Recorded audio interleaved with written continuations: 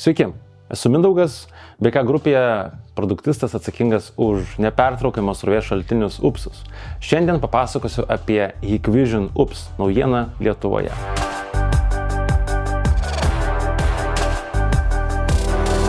Keturi modeliai jau pas mus sandėlyje, tai yra Tower tipo offline UPSai 360, 600 W ir 1200 bei 1800 W galingumo.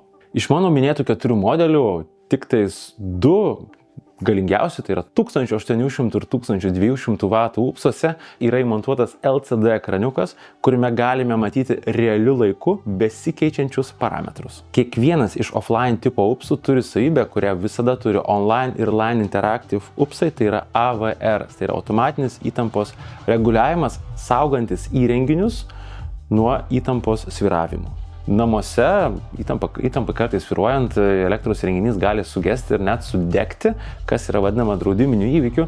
UPSas jūs tikrai išgelbės nuo šios situacijos. 1800 ir 1200 W UPSuose taip pat yra USB-B tipo jungtis.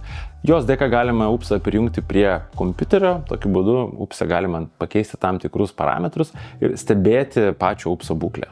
Klientai dažnai klausia, kur galima pritaikyti patį UPSą. Prie UPSo galima prijungti kompiuterį, galima prijungti telefoną, galima prijungti tą patį NVR, kitus įrenginius, kuriems yra reikalingas rezervinis elektros maitinimo šaltinis, dingus pačiai elektrai. Taip pat noriu dar pabrėžti, kad Hikvision niekada negamino UPSų. Saugos kameros, NVR, daugybė kitų svarbių renginių reikalingų saugos sistemoms, tačiau UPSų niekada nebuvo ir galime pasidžiaugti, UPSai jau Lietuvoje, mūsų centrinėme sandėlyje, kur galite juos įsigyti.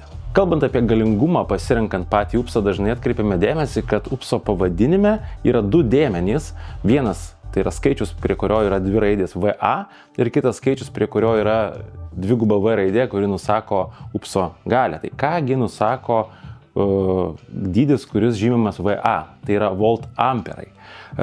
Dydis, pagal kurį dažnai taip pat klientai pasirenka UPSus, tik čia reikia nepamiršti vieno labai svarbaus dalyko, kad norint sužinoti tikrąją UPSo galią, VA reikia padauginti iš galios faktoriaus. Tada sužinosite, koks yra tikrasis UPSo galingumas. Kodėl pavadinimuose egzistuoja du dydžiai, volt amperai ir vatai?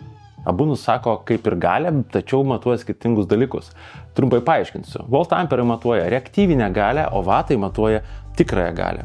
Jeigu dar paprasčiau papasakoti, įsivaizduokite. Volt amperai tai yra bokalas alaus su puta. Kokia yra tikroji galia? Tikroji galia tai yra būtent alus be putos. Ir čia mes grįžtame prie formulės, norėdami suskaičiuoti tikrąją galią, mums reikia volt amperus padauginti iš galios faktorius. Čia galios faktorius būtų, tai yra jūsų interesas nueiti prie baro, pasimti tuščią puodelį, šaukštelį, nusigriebti putą, kad galėtumėte išgerti alų. Ten ir bus tikrasis galios faktorius. Ir mano nuomonė, UPSas yra iš tiesų labai svarbus, reikalingas įrenginys tiek namuose, tiek biure. Dingus elektrai, tu nori, kad veiktų tavo kompiuteris ir monitorius, kaip pas kolegas tuo metu neveikia, kad tu galėtum tęsti tam tikrus darbus, namuose pasikrauti mobilųjį telefoną. Mes turime labai gerą, kokybišką produktą. Inžinieriai išardė, padarėm testus, ištestavom, labai geros kokybiškos motininės plokštės, instaliuotos yra sudėtos viduje. Išbandykite.